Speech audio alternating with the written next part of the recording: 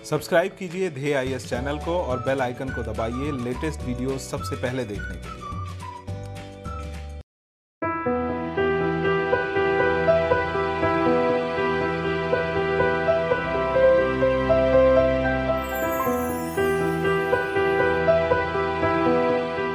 नमस्कार, मैं सुनील वर्मा ध्येय आईएएस टीम की ओर से आपका स्वागत करता हूं ध्येय टीवी पर। हम बात करेंगे डेली करंट अफेयर्स के अपने प्रोग्राम पर, जैसा कि हम प्रतिदिन करते आए हैं। आज के वीडियो में मैं दो टॉपिक डिस्कस कर रहा हूं। पहला जो टॉपिक है, इसमें हम बात करेंगे मिग विमानों के संदर्भ में, समझने का प्रयास करेंगे कि मिग विमानों की विशेषताएं क्या हैं, क्यों इनको उड़ता हुआ ताबूत कहा जाता है, वर्तमान समय में कौन सी दुर्घटना हुई है और क्यों कुछ आलोचकों का यह मानना है कि मिग विमानों के आधार पर भारत यदि कोई जंग जीतना चाहता है तो वह गलत रणनीति अपना रहा है। आइए हम इसको भी समझते हैं और साथ ही साथ दूसरा जो हमारा टॉपिक है उसको भी समझेंगे, जो कि ओआईसी से संबंधित है। समझेंगे कि ओआईसी क्या है और इसने भारत के खिलाफ कौन सा प्रस्ताव पास किया है। आइए हम इन दोनों टॉपिक को एक एक करके कवर करते हैं। सबसे पहले हम बात करेंगे मिग विमानों के संदर्भ में। अब आप स्क्रीन को थोड़ा सा ध्यान से देखिए, यह है मिग 21। उसके बाद अगली जो इमेज है यह है मिग 27 की।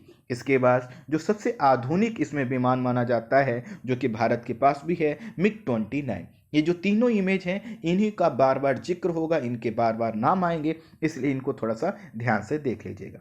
भारतीय वायुसेना भारतीय सशस्त्र सेना का एक अंग है, जिसकी स्थापना 8 अक्टूबर 1932 को हुई थी और इसे आज़ादी से पहले रॉयल इंडियन एयरफोर्स के नाम से जाना जाता था। लेकिन जब हम आज़ाद हुए तो हमने इसका नाम बदल दिया और इसका नाम है सिर्फ अब इंडियन एयरफोर्स, अर्थात रॉयल शब्द को हमने यहाँ से हटा दिया।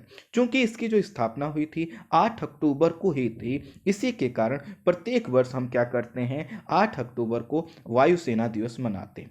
भारतीय जो वायुसेना है, यह आपको पता है कि दुनिया की चौथी सबसे बड़ी वायुसेना मानी जाती, अर्थात इसकी जो कैपेसिटी है वो काफ़ी अच्छी है, लेकिन इसको और अधिक बढ़ाने की ज़रूरत है। यह ज़रूरत तब और ज़्यादा हो जाती है जब हमारा जो पड़ोसी है चाइना, उसकी क्या है, जो वायुसेना हो काफ़ी मजबूत हो और उसके साथ हमारा लंबा एक तनाव चल रहा हो, और तनाव का इतिहास भी हम जानते ही हैं। तो भारतीय जो वायुसेना है, आपको जैसा कि हमने बताया दुनिया की चौथी बड़ी वायुसेना है। भारत ने अपने इंडिया के अंदर तो कई एयरबेस बना ही रखे हैं, साथ ही साथ ताजिकिस्तान में भी एक एयरबेस बना रखा है, जिसका उद्देश्य है चाइना को काउंटर करना। भारत का सियाचिन में दुनिया का सबसे ऊंचा एयरफोर्स स्टेशन बनाया गया है, जो कि काफ़ी महत्वपूर्ण है, और इसका भी उद्देश्य क्या है, चाइना और पाकिस्तान की गतिविधियों पर न सिर्फ नियंत्रण रखना बल्कि उसको काउंटर करना। भारतीय वायुसेना वर्तमान समय में मिग 21 और अभी से कुछ समय पहले तक मिग 27 का भी प्रयोग करती थी, लेकिन मिग 27 को अब हमने जो है कि विदा कर दिया है। तो MiG 21, MiG 29, Jaguar, Mirage 200, Sukhoi SU-30, Tejas और रफाल जैसे विमानों का यह प्रयोग कर रही। मिग 21 जो है, एक एक तरह से हम इसको समझते हैं। मिग 21 सोवियत यूनियन, अर्थात जब सोवियत संघ था उसके समय यह बनाया गया था और इसे 1960 के दशक में विकसित किया गया था। इसे विकसित किया था रूस की सार्वजनिक कंपनी ने, जिसका नाम है मिकोयान गुरवरेज, इसके द्वारा विकसित किया गया था। और भारतीय वायुसेना ने इसको जो है 1960 के प्रारंभिक वर्षों में ही अपने बेड़े में शामिल कर लिया। अर्थात जो आपको पता है कि इंडिया का जो रूस के साथ डिफेंस के सेक्टर में जो एक टाई अप है काफ़ी मजबूत दिखाई देता है, तो जैसे ही इस विमान का निर्माण हुआ, भारत ने इसको अपने बेड़े में भी शामिल कर लिया। इसका सर्वाधिक जो प्रयोग है भारतीय वायुसेना के द्वारा किया जाता है। आपको जानकर आश्चर्य होगा कि अन्य देशों ने इसको रिटायर्ड कर दिया है, चूंकि यह पुराना है, और साथ ही साथ इससे अच्छे अब जो है कि फाइटर जेट, फाइटर प्लेन आ चुके हैं, लेकिन भारत में अभी भी यह प्रयोग होता है। इवन रूस ने भी क्या कर दिया है, इसको विदा कर दिया है अपने एयरफोर्स से। इसका जो, जैसा कि आपको पता है, जैसा लिखा हुआ है, इसका सर्वाधिक प्रयोग भारतीय वायुसेना के द्वारा किया जा रहा है। इसके दो मॉडल हैं, मिग 21F और मिग 21 बाइसन। ये जो मिग 21 बाइसन है, इसी का प्रयोग भारतीय पायलट अभिनंदन ने पाकिस्तान के F-16 को मारने के लिए किया था। F-16 जो अमेरिका का फाइटर प्लेन है, यह दुनिया के सबसे आधुनिक फाइटर प्लेन में से माना जाता है, जो कि पाकिस्तान को उसने दे रखा है, इसको मारा था जो है कि अभिनंदन ने मिग-21 बाइसन के माध्यम से। अर्थात यहाँ पे ये समझिए, भले ही ये पुराना हो, लेकिन अगर इसका जो पायलट है वो काफ़ी स्किल्ड है, तो इससे क्या कर सकता है, वह दुनिया के सबसे आधुनिक जो फाइटर प्लेन है उसको भी तबाह कर सकता है। जैसा कि मैंने आपको एग्जाम्पल बताया, यह जो मिग-21 है यह 2000 किलोग्राम तक का जो है कि हथियार ले जा सकता है। इसकी जो अधिकतम गति है लगभग 2175 किलोमीटर प्रति घंटा की है, और एक बार उड़ान भरने पर यह लगभग 1470 किलोमीटर की दूरी कवर करता है। मिग-27 मिग सीरीज का अगला विमान है जिसे 1975 में विकसित किया गया था।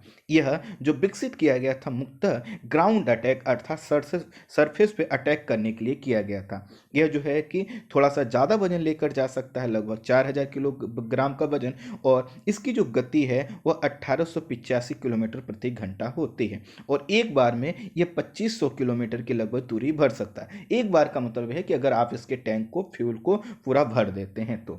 मिग-29 मिग सीरीज का अगला उन्नत विमान है। इसे भी 1970 के दशक में ही विकसित किया गया था, और इसे सभी वायुसेनाओं के द्वारा अब तक बाहर किया जा चुका है, लेकिन भारत अभी भी क्या कर रहा है, इसका प्रयोग कर रहा है। यह जो मिग-29 है डबल इंजन वाला मिग लड़ाकू विमान है। कुछ जो है कि सिंगल जो है कि इंजन वाले भी होते हैं, लेकिन मुख्यतः ये डबल इंजन वाले। इसकी जो अधिकतम गति है 2400 किलोमीटर प्रति घंटा होती है, और एक बार फ्यूल इसको भर दीजिए तो लगभग 2100 किलोमीटर की दूरी तक ये उड़ान भर सकता है। इसमें 30 की जो है कि मशीन गन लगती है, और इसकी जो मारक क्षमता होती है अर्थात सामान को ले जाने की कैपेसिटी होती है वह 4000 किलोग्राम होती है, और इसमें 7 जगह क्या किए जा सकते हैं, बम लगाए जा सकते हैं। और यह जो मिग-29 है यह एयर टू एयर मिसाइल के लिए उन्नत विमानों में से एक माना जाता है। भारतीय वायुसेना में शामिल मिग सीरीज के विमानों को उड़ता हुआ ताबूत कहा जाता है। इसके पीछे का कारण यह है कि 1970 से अभी तक 170 से अधिक भारतीय पायलटों ने अपनी जान इसमें गंवाई। अर्थात ये सोचिए, ये वो आंकड़ा वह है जिसमें जो हमने पायलट खो दिए। इसके अलावा आपने कई बार देखा होगा कि मिग के जो है कि क्रैश होने की, उसके दुर्घटनाग्रस्त होने की खबरें आती हैं जिसमें हमारे पायलट बच जाते हैं। लेकिन सोचिए 170 पायलट, एक पायलट पर हम बनाने में उनको कितना खर्च करते हैं। 170 से अधिक पायलट मिग जो विमान है उनकी दुर्घटना होने की वजह से अपनी जान गंवा चुके हैं। यह आंकड़ा अगर सोचिए, अगर हम मिग विमानों को क्रैश या दुर्घटना होने को लेकर अगर करें तो आंकड़ा कितना बड़ा होगा, क्योंकि अधिकांशतः हमने देखा है कि जब भी इस प्रकार की घटनाएं होती हैं तो पायलट जो है कि सामान्यतः बच जाते हैं। लेकिन सोचिए ये आंकड़ा कितना बड़ा है, और इसी के कारण इसको उड़ता हुआ ताबूत कहा जाता है। मिग सीरीज के पुराने विमानों को लगभग सभी देशों के द्वारा, जैसा कि हमने कहा कि इसको बाहर किया जा चुका, लेकिन भारतीय वायुसेना में यह अभी अग्रणी विमान है। अर्थात यह न सिर्फ भारतीय वायुसेना बने हुए हैं, बल्कि इनको फर्स्ट लाइनर के विमानों की कैटेगरी में रखा गया। कई समीक्षकों का मानना है कि रिटायरमेंट की उम्र से 30 साल बाद भी मिग विमानों को ढोना ठीक नहीं है। यह राष्ट्रीय सुरक्षा के लिए चिंताजनक है। राष्ट्रीय सुरक्षा का मतलब यह है कि जिन विमानों को हमने इतना महत्व दिया है वह बार बार क्रैश होते हैं। इससे न सिर्फ जो है कि हमें अगर कोई तुरंत एक्शन लेना हो तो वहां पर भी हम संशय में रहेंगे, बल्कि अगर हमें आवश्यकता पड़ने पर इनकी फुल कैपेसिटी का यूज करना हो तो शायद यह उतने जो है कि इनका जो एक्सपीरियंस हो उतना अच्छा ना रहे, हो सकता है हमें कहीं धोखा भी मिल जाए। इसलिए राष्ट्रीय सुरक्षा को देखते हुए इनको रिप्लेस किए जाने की बात कही जाती रही है।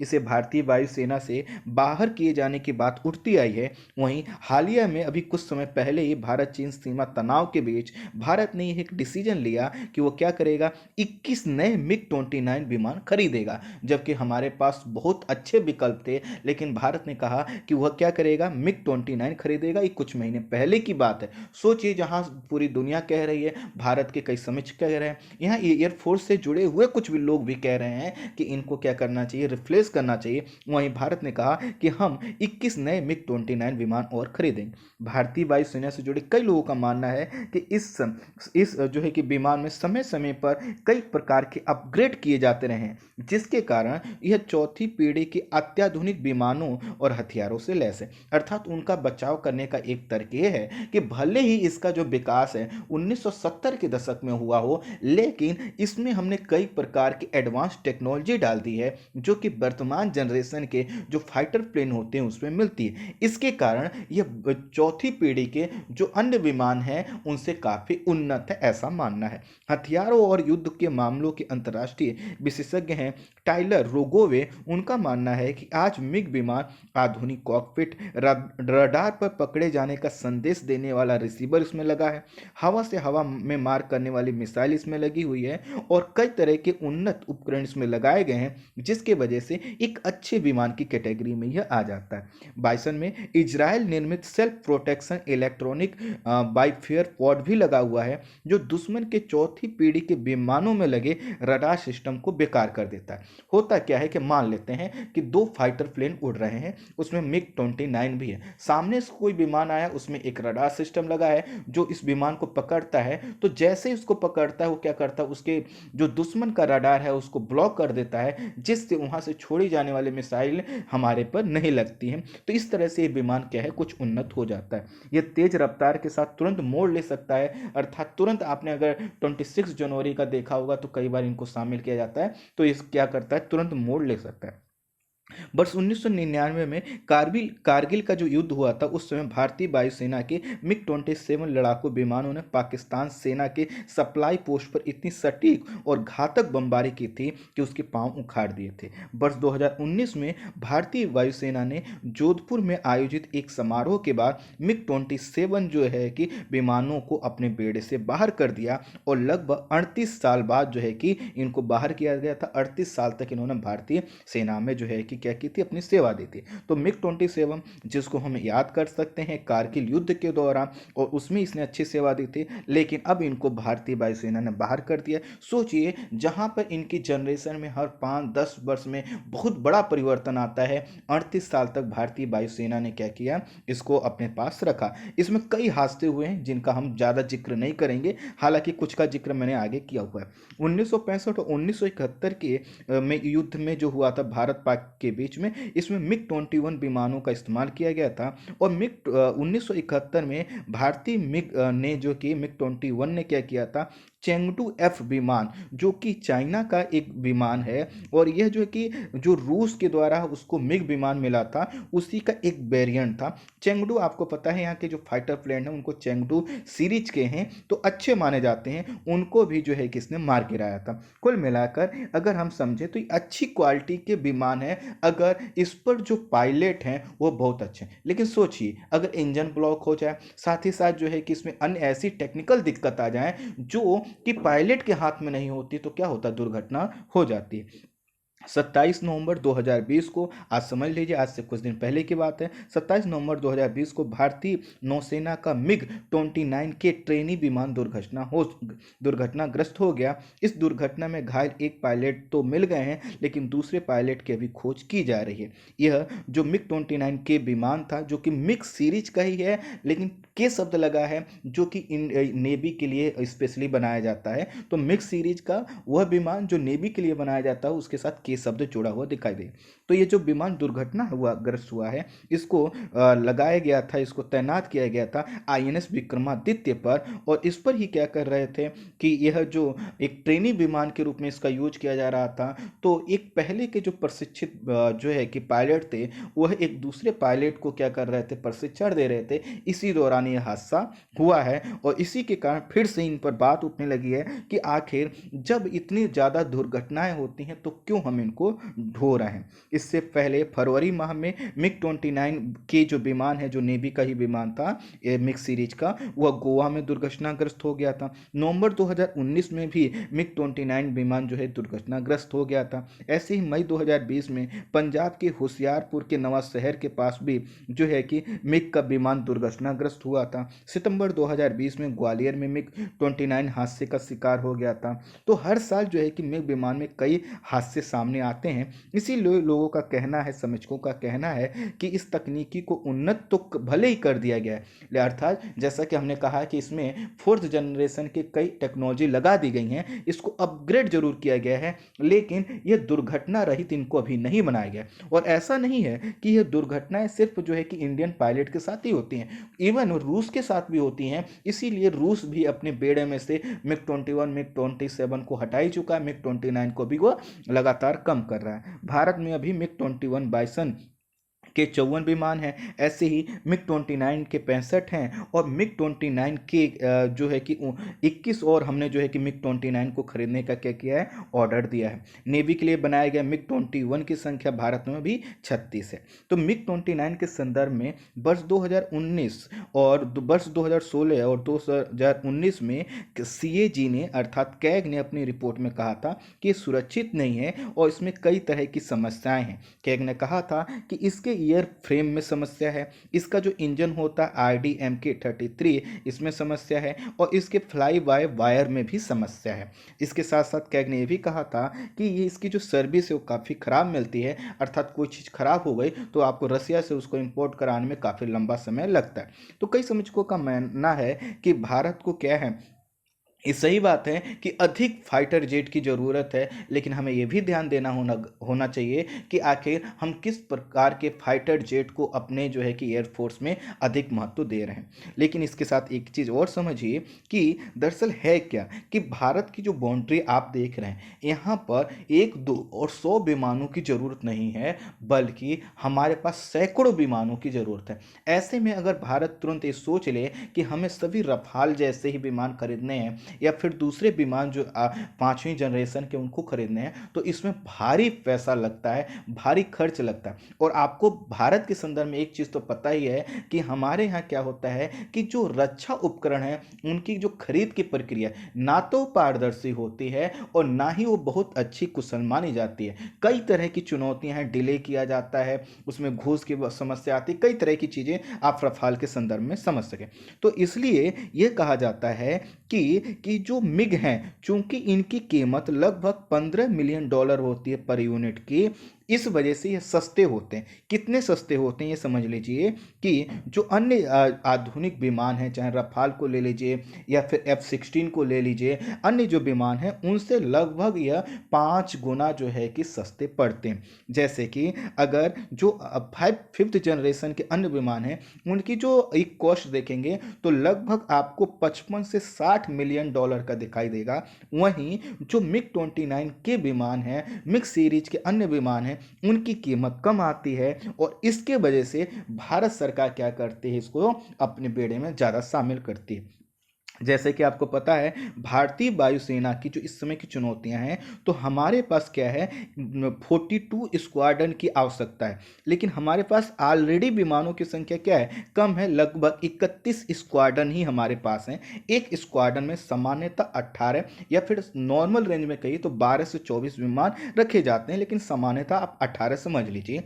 तो अभी हमारे पास जो होने चाहिए 42 स्क्वाड्रन, और हैं कितने अभी जो है कि 31 ही स्क्वाड्रन। ऐसे में अगर हम क्या करते हैं, यह सोचते हैं कि आने वाले समय में हम केवल 5th जनरेशन के विमान को ही इसमें शामिल करेंगे, तो इनको हमें रिप्लेस करना होगा, और रिप्लेस करने के लिए हमें बाहर से खरीदना होगा, तो यह तुरंत संभव नहीं है। इसीलिए भारत सरकार यह कहती है कि जब तक हम और विमानों को इसमें शामिल नहीं कर लेते, तब तक हमें क्या करना होगा, इनको बनाकर रखना होगा। इस तरह भारत 2 मोर्चों पर कार्य कर रहा है। पहला ही वह कर रहा है कि वह क्या कर रहा है, रफाल जैसे आधुनिक विमानों को शामिल कर रहा है, जिससे हमारे स्क्वाड्रन में एक साथ विमानों की कमी ना पड़े। और दूसरे तरफ वह क्या कर रहा है, जो मिग की संख्या है उसको तब तक बरकरार रखना चाहता है जब तक कि उसके बेड़े में और आधुनिक विमान नहीं आ जाते। सोचिए अगर हम एक साथ इन विमानों को रिप्लेस करेंगे कितना भारी खर्चा है। इसलिए भारत सरकार की एक मजबूरी ये समझिए कि हमारे पास डिफेंस के लिए इतना पैसा नहीं है, या फिर कहें हमारे पास बिल पावर नहीं है। इसके वजह से हम क्या कर रहे हैं, जो सस्ते विमान हैं उनके भरोसे हम आगे बढ़ रहे हैं। लेकिन यह जो रणनीति है यह हमेशा अच्छी नहीं कही जा सकती। बात यह है कि न सिर्फ यह जब क्रैश होते हैं तो सोचिए अगर एक साल में 10 विमान भी क्रैश होते हैं तो आप सोचिए हमारा कितना पैसा बर्बाद हुआ। पैसा एक अलग मुद्दा है, सबसे बड़ा मुद्दा यह है कि हमारे जो पायलट हैं जिनको हम प्रशिक्षित करते हैं, जिन पर हम खर्च करते हैं, जिनके ऊपर देश की सुरक्षा की जिम्मेदारी है, उनको हम क्या करते हैं, खो बैठते हैं। तो ऐसे समय में समीक्षकों का कहना है कि जब भारत और चाइना का तनाव अपने जो है कि एक तरफ पीक पे है, पाकिस्तान के नए प्रयास दिखाई दे रहे हैं, तुर्की का एक अलग एजेंडा हमारे सामने है, अमेरिका में जो राष्ट्रपति चुनाव है उसमें जो बिडेन आने वाले हैं, जिनकी रणनीति भारत के खिलाफ बहुत अच्छी नहीं मानी जा सकती, ऐसे में यह कहा जा रहा है कि अभी भी समय है कि हम मिग विमानों पर अपनी जो निर्भरता है वह कम करें और आधुनिक श्रेणी के जो विमान हैं, जो 5th जनरेशन के अन्य विमान हैं, उनकी संख्या बढ़ाएं। और इसके लिए उपयोगी हो सकता है कि हम आत्मनिर्भर भारत को सही से अमली जामा पहनाएं और डिफेंस के सेक्टर में इसको हम मजबूती से आगे बढ़ाएं। ये तो था आपका पहला टॉपिक। अब बढ़ते हैं ओआईसी के संदर्भ में दूसरे टॉपिक पर। इस्लामिक सहयोग संगठन अर्थात ऑर्गेनाइजेशन ऑफ इस्लामिक कोऑपरेशन, इसी को हम संक्षेप में क्या करते हैं, ओआईसी के नाम से जानते हैं। यह संयुक्त राष्ट्र के बाद दूसरा सबसे बड़ा अंतर सरकारी संगठन है। इसकी स्थापना हुई थी 1969 में और यह हुआ था रबात में एक ऐतिहासिक शिखर सम्मेलन के साथ। इसमें से इस संगठन के जो सदस्य देशों की संख्या है 57 है और इसमें से 40 देश जो है कि मुस्लिम बहुल देश हैं। तो कुल मिलाकर अब इसका नाम जैसा आपको पता चल रहा है, इस्लामिक सहयोग संगठन। उद्देश्य क्या है कि इस्लामिक जो देश हैं उनके बीच में जो चुनौती आती है उसका समाधान करना। इसका जो मुख्यालय है वो सऊदी अरब के जेद्दा में है। रूस एवं थाईलैंड जैसे देश इसके पर्यवेक्षक राष्ट्र हैं। बांग्लादेश की तरफ से भारत को भी इसका पर्यवेक्षक बनाए जाने की मांग की गई थी, लेकिन पाकिस्तान के विरोध के कारण ऐसा नहीं हो पाया। ओआईसी का जो शिखर सम्मेलन होता है जिसमें राष्ट्राध्यक्ष शामिल होते हैं वो प्रत्येक 3 वर्ष बाद होता है, लेकिन ओआईसी के विदेश मंत्रियों की बैठक होती रहती है। पहली जो बैठक हुई थी वह जो है कि आपका 1972 और 70 का जो समय था उस समय हुई थी। वर्ष 2011 को अस्ताना कजाकिस्तान में हुई 38वीं बैठक के दौरान इसका जो नाम है organization of the Islamic conference से बदलकर ऑर्गेनाइजेशन ऑफ इस्लामिक कॉपरेशन कर दिया गया। कॉपरेशन का मतलब है कि सहयोग को बढ़ाने की बात की गई। इसका जो प्रमुख उद्देश्य है वो विभिन्न देशों के लोगों के बीच अंतर्राष्ट्रीय शांति और सद्भाव को बढ़ावा देना और मुस्लिम समुदाय के हितों का संरक्षण करना। ध्यान दीजिएगा, यह धार्मिक स्थलों की सुरक्षा के प्रयासों में समन्वय स्थापित करता है और महत्वपूर्ण मुद्दों पर इस्लामिक एकजुटता को प्रोत्साहित करता है। इसीलिए चाहे आप तुर्की का विवाद देख लीजिए, वहां पर जो चर्च था उसको जो है कि कन्वर्ट करने का मुद्दा देख लीजिए, जहां पर भी मुस्लिम हितों की बात आती है संगठन आगे आता है। यह संगठन मुस्लिम समुदाय की गरिमा, स्वतंत्रता और राष्ट्रीय अधिकारों की रक्षा करने के लिए उनके संघर्षों को मजबूती प्रदान करता है। ओआईसी अपनी स्थापना के बाद से ऐसा नहीं है कि उसने सब अच्छे कार्य किए, इसमें कई प्रकार के राजनीतिक विरोधाभास दिखाई देंगे और यही कारण है कि यह भले ही कहे कि यह मुस्लिम देशों की हितों की बात करता है, लेकिन मध्य पूर्व में जो शिया सुन्नी संघर्ष की समस्याओं का यह समाधान नहीं कर पाए। इसके जो आपसी देश हैं उसी में आपको कई प्रकार के तनाव देखने को मिलेगा। इसमें लाए गए किसी भी प्रस्ताव पर कोई भी सदस्य देश वीटो पावर का प्रयोग कर सकता है। इसके वजह से कई प्रकार की चुनौतियां यहां पर आती रहे। अर्थात ये संगठन है, मजबूत है, लेकिन इसमें आपस में कई प्रकार के ही क्या है, अंतर विरोध हैं। इस वजह से बहुत ज्यादा जो है कि प्रभावी साबित नहीं हो पाता। कई समीक्षकों का तो मानना यह भी है कि शायद इस्लामिक पहचान के अलावा ऐसा कोई दूसरा कारक नहीं है जो दो देशों के एक दूसरे के इसमें करीब लाता हो। भारत को 50 साल बाद मार्च 2019 में विदेश मंत्रियों की बैठक में बतौर गेस्ट ऑफ ऑनर आमंत्रित किया गया था। पाकिस्तान ने इसका विरोध भी किया, लेकिन फिर भी हमारे उस समय की जो विदेश मंत्री सुषमा स्वराज जी थी वह इसमें गई। हालांकि वह गई और उन्होंने इसमें जो है कि अपनी बात रखी, लेकिन उनके सामने शामिल होने के दूसरे दिन ही जम्मू कश्मीर पर एक प्रस्ताव पारित कर कश्मीर के मुद्दे पर ओआईसी ने क्या किया था, पाकिस्तान का समर्थन किया गया। इसमें कहा गया कि जम्मू कश्मीर पाकिस्तान और भारत के विवाद का अहम मुद्दा है और दक्षिण एशिया में शांति स्थापना में इसका हल होना, शांति स्थापना के माध्यम से इसका हल होना चाहिए। और इसके अलावा कश्मीर में कथित मानवाधिकार का हनन का मुद्दा भी उठाया गया था। भारत ने इस प्रस्ताव का खंडन किया और कहा कि आपको इसमें बोलने की जरूरत नहीं है, ये भारत का आंतरिक मामला है कि अर्थात हम जम्मू कश्मीर के संदर्भ में क्या क्या करते हैं। हाल ही में क्या हुआ है, ओआईसी की 47वीं काउंसिल ऑफ फॉरेन मिनिस्टर अर्थात विदेश मंत्रियों की फिर से बैठक हुई है 27 से 29 नवंबर को, और यह जो बैठक हुई थी नाइजर की राजधानी नियामे में आयोजित हुई। इसमें फिर से जम्मू कश्मीर में भारत सरकार द्वारा की जा रही गतिविधियों के संदर्भ में एक डिक्लेरेशन घोषित किया गया, जिसे नियामे डिक्लेरेशन के नाम से रखा गया है सामने, जहां पर होता है ये बैठक होती है उसी के नाम से घोषणा पत्र जारी किया। तो ये जो घोषणा पत्र प्रस्ताव, इसमें कहा गया है कि जम्मू कश्मीर विवादित मुद्दा है जिसका शांतिपूर्वक समाधान किया जाना चाहिए, जिसका आधार होना चाहिए यूनाइटेड नेशन की सुरक्षा परिषद का प्रस्ताव, ये इन्होंने कहा है। इसमें यह भी कहा गया है कि जम्मू कश्मीर का जो दर्जा 5 अगस्त 2019 से पहले था उसे कायम करना चाहिए, और यहाँ पर भारत द्वारा जो भी परिवर्तन किए गए हैं उनको गैर कानूनी इसने बताया। इसके अलावा इसमें मानवाधिकार के मुद्दे को उठाया गया है तथा भारत के कई मुद्दों पर भारत की इसमें आलोचना की गई। ये भी कहा गया है कि भारत जो यहाँ निवास का प्रमाण पत्र बाहर से आ रहे लोगों को दे रहा है उसे निरस्त करना चाहिए। 48वीं ये जो बैठक होने वाली है, चूंकि इसका सदस्य आपको पता ही है पाकिस्तान भी है, तो 48वीं अगली जो बैठक होगी यह फॉरेन मिनिस्टर की, वह पाकिस्तान में होगी, जिसमें फिर से जो है कि जम्मू कश्मीर के मुद्दे को उठाया जा सकता है। अब हमारे पास चुनौतियां ये हैं कि हमें यह देखना होगा कि हम कैसे इन देशों को काउंटर करते हैं। आपको पता है कि जो मुस्लिम देश हैं, गल्फ कंट्री के देश हैं, उनके साथ हमारे संबंध बहुत अच्छे हैं। इवन जहाँ पे नाइजर में ये जो बैठक आयोजित हुई थी, जिस कॉन्फ्रेंस हॉल में आयोजित हुई थी, उसका निर्माण भी भारत ने ही किया है। कुल मिलाकर भारत कई तरह के प्रयास कर रहा है मुस्लिम देशों से अपने संबंध स्थापित करने का, लेकिन कई बार क्या होती है कि जो धार्मिक भावना है वो हावी हो जाती है और इस तरह की चीज़ें आती हैं। आप एक चीज़ ये भी समझिए कि अगर यहाँ पे सऊदी अरबिया वीटो पावर का यूज करता तो ये प्रस्ताव शायद पास नहीं हो पाता, लेकिन उसने भी ऐसा नहीं किया। तो कुल मिलाकर एक चीज़ समझिए कि हमारे जो संबंध हैं इनको मुस्लिम देशों के साथ और मजबूत करने की ज़रूरत है, जिससे पाकिस्तान, तुर्की जैसे देश इस संगठन का प्रयोग भारत के खिलाफ ना कर सकें।